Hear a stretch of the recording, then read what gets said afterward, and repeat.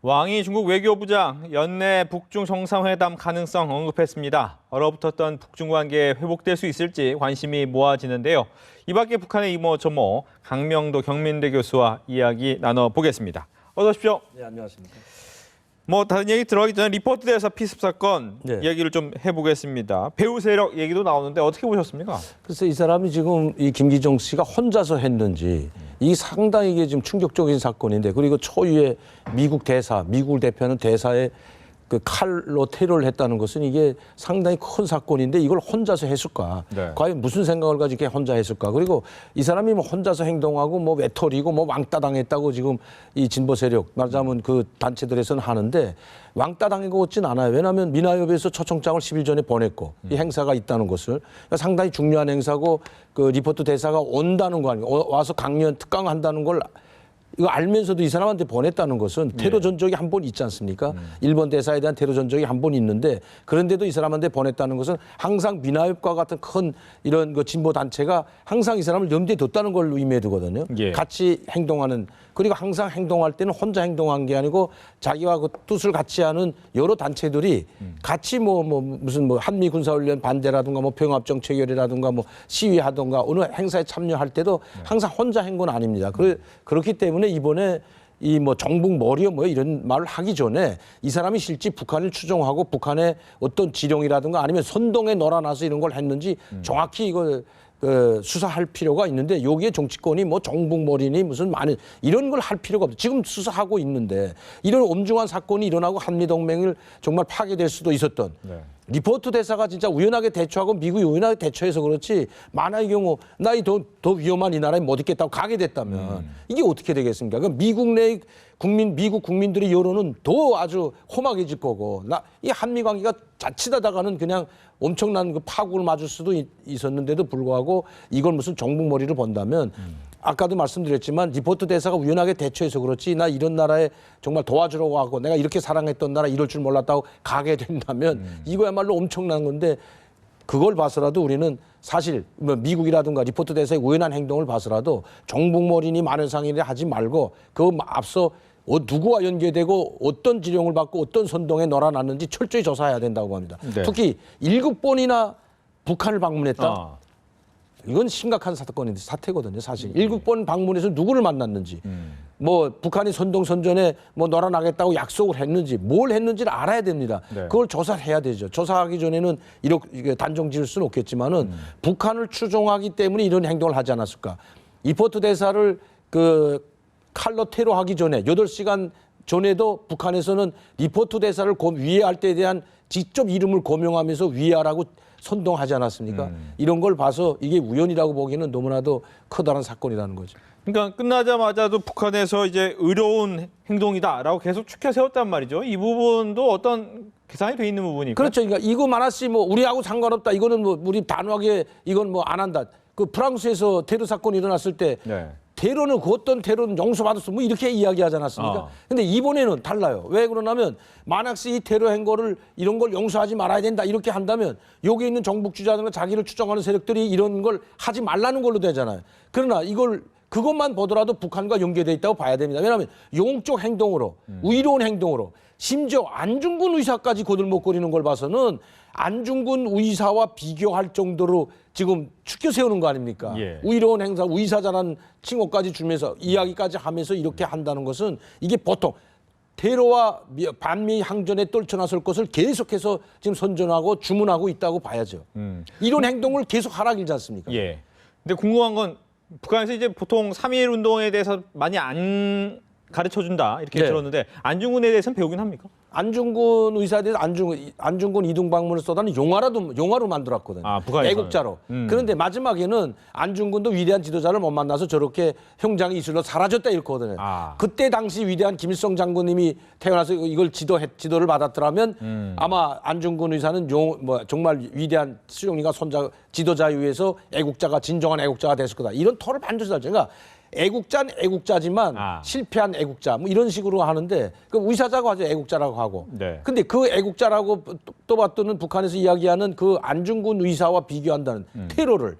그러니까 북한에서는 이게 이중 플레이 항상 자기네한테 유리할 땐 그렇게 하고 불리할 땐 이렇게 말하. 항상 지금까지 그래왔는데 네. 아까도 말씀드렸지만 프랑스에서 테러 일어났을 때는 그 어떤 테러도 안 된다고 하면 이건 테러 아닙니까? 그럼 이건 뭐죠? 그럼 이게 참 이거 테러도 보통 테러 생명이 위험할 뻔했다고 하지 않습니까? 이거 정확히 알아야 되는 게 의사들이 발표할 때 연세 세브란스 의사 전문 그 담당 의사님이 그 의사가 발표할 때 1cm만 좀 더 내려왔더라도 이 종맥을 다칠 뻔했다. 그럼 수습이 불가능하다고 하잖아요. 그러니까 한 번 방어했어요 이분이. 하도 그 내위실에서 있고 이라크 뭐 군대도 복무했던 분이고 하기 때문에 칼로 찌르는 걸 막았는데 여기에 관통됐다는 거 아닙니까? 이게 상당히 크게 관통했다는 건 이게 보통 세게 찌르는 거 아니거든요. 그리고 살해할 의도가 없었다고 하는데 살해할 의도가 없었으면 여기 찔렀을 때 그만두셔야죠.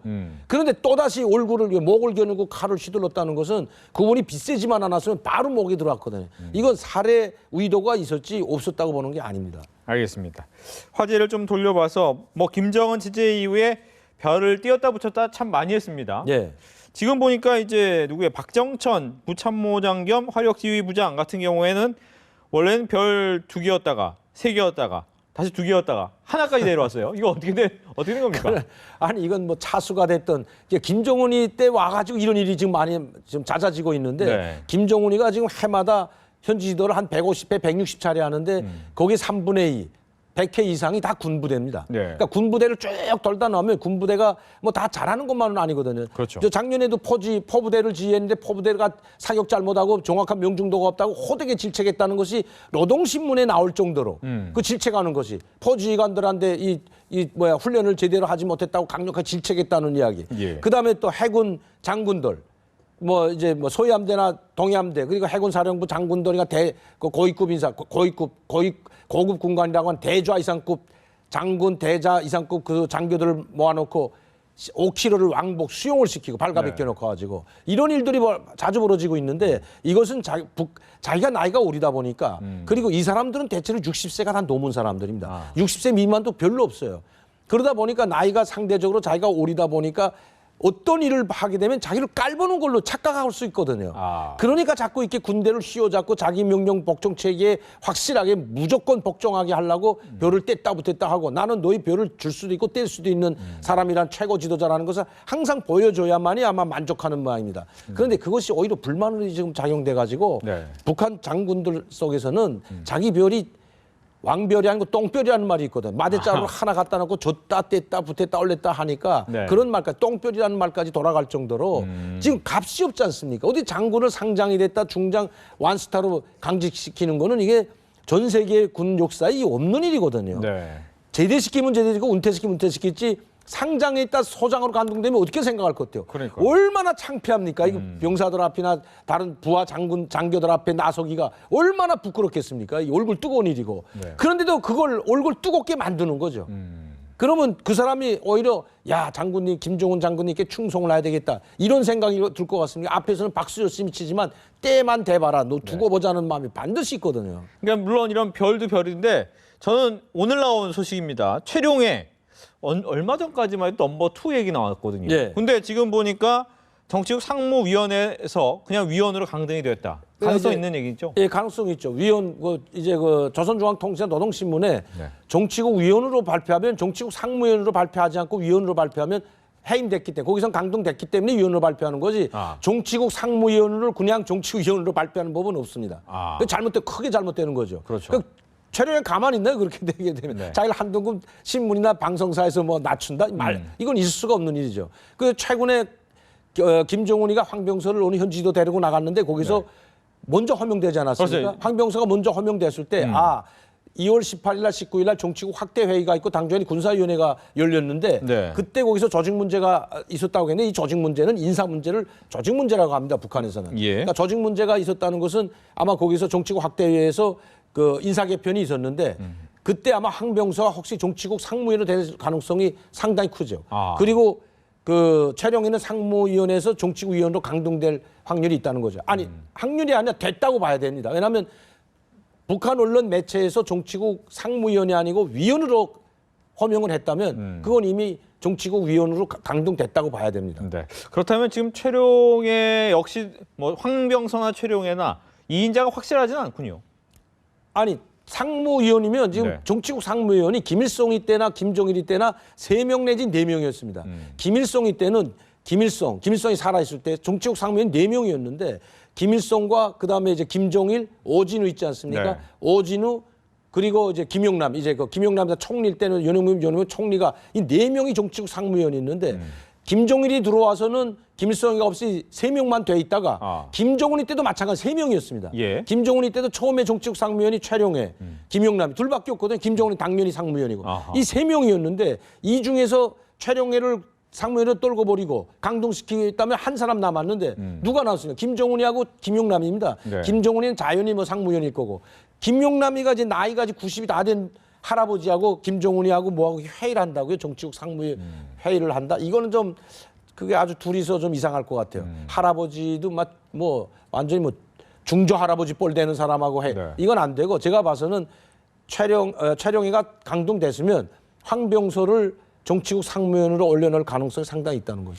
어떻게 보면 최룡해 같은 경우에는 이제 빨치산 네. 그쪽 핏줄이기 때문에 계속 중용을 해왔단 말이죠. 이번에 왜 또 내려갔을까요? 그러니까 빨치산이고 이건 빨치산의 아들이고 이건 빨치산의 손자 아닙니까? 그렇죠. 김정은이. 상대적으로 오히려 최룡해가 오히려 백두산 줄기에 가까울 수도 있고 그다음에 최연하면 김일성에 가장 가까웠던 전우였기 때문에 그렇죠. 김정은이 위상이 낮아진다는 것보다 약간 좀 뭐랄까 좀 그 이 우상화나 카리스마가 떨어질 수가 있기 때문에 그러니까 자꾸 같은 레벨에 보고 같은 정치국 상무위원으로 보면 최룡해 권력이 상당히 막강해 보이는 것처럼 보일 수가 있고 그 최룡해 주변에는 누가 있습니까? 오진우, 오백룡과 같은 항일 빨치산 최연해 전우돌이라고 하는 사람들과 어깨를 나란히 하고 있거든요. 그게 오일종이, 오금철이 이런 사람들이 지금 최룡해와 같은 그룹으로 지금 그 이제 호명되곤 하는데 물론 최룡해보다 굽수는 낮지만 네. 그러니까 빨치산 2세돌이 최룡해를 무시할 수는 없다는 거죠. 그러니까 거기서 뭐 결탁한다는 것보다 권력이 형성된다는 것보다 어쨌든 최룡해 위상이 높아지니까 하나 격을 떨고 놓고 같은 정치국 상무위원보다 거기다 하나 떨고 놓음으로 해가지고 김정은의 그 권력 기반 강화보다도 그 카리스마라든가 우상화를 높이려는 그런 의도가 차분히 있는 것으로 보여집니다. 네. 그러나 황병서는 다르죠. 이게 빨치산 2세도 아니고 뭐 이거 별로 뭐 아무것도 아니거든요. 예. 아무 때나 뗐다고 대수할 수 있는 인물이기 때문에 그냥 뭐 최룡해가 황병서가 정치국 상무위원 됐다고 해가지고 김정은이하고 야 그만 맘먹는다는 사람 별로 없을 겁니다. 그러니까 아마 황병서를 총정치국장이고 또 이번에 지금 반미 그 이제 그 항전을 선포한 상황에서 지금 전쟁까지 하겠다고 선포하지 않았습니까? 네. 미국에 대한 뭐 본토를 공격하겠다고 노골적으로 이야기하고 있는데 이런 상황에서 군대의 위상을 높여주고 군부 최고 수장을 한 단계 또 높여줌으로써 정치국 상무위원 만들어줌으로써 선군 정치 그리고 또 군부대의 위상을 높여주고 사기를 진작시키려는 그런 의도도 있다고 보여집니다. 네. 이제 이 왕이 중국 외교부장 얘기 좀 해봐야 될 것 같은데 북한하고 중국 관계가 별로 좋지는 않았습니다. 그동안. 아직도 별로 좋지는 않습니다. 네, 사실. 뭐- 왜냐하면 고위급 사절이 네. 지금 일조로 없거든요. 그런데 정상회담 가능성은 왜 얘기했을까요? 이거 정상회담 가능성은 그렇다고 해서 동맹국이고 아직은 우방인데 러시아에 그 김정은이가 간다면 시진핑 주석이 간다고 이제 나오지 않았습니까? 네. 시진핑 주석을 초청했는데 만화시 가게 된다면 거기서 만날 확률이 있는데 서로 냉랭하면 이것도 전 세계가 아주 이거 굉장할 겁니다. 북한하고 이 용언이 끝났다. 그 악수는 해야 될 거 아니에요 일단. 그래서 내가 봐서는 왕이 그 외교부장이 러시아의 기종사 시진핑 주석이 가고 그 김정은이가 오는 걸 기종사실로 해가지고 거기서 이제 일단 악수하고 간단하게 네. 그 이제 우리 뭐 박근혜 대통령이 핵 정상회담 갔을 때 그 이태리인가요? 거기 갔을 때 많은 정상들 오지 않았어요? 그때 정상회담을 다 하지 않았습니까? 이런 식으로 간단히 거기서 이야기해놓고 공식적으로 초청할 수가 있다는 거죠. 그때는 공식 인사만 나누고 간단한 소담만 하고 네. 그러고 내가 당신을 초청하니까 유리할 때 한번 오라. 이런 이야기는 할 수가 있기 때문에 아마 왕이 그 외교부장이 이런 이야기를 하지 그냥 뜬금없는 소리는 아니라고 봅니다. 알겠습니다. 이렇게 해서 북한 이야기 강명도 교수와 함께했습니다. 오늘 이야기 잘 들었습니다. 네, 감사합니다.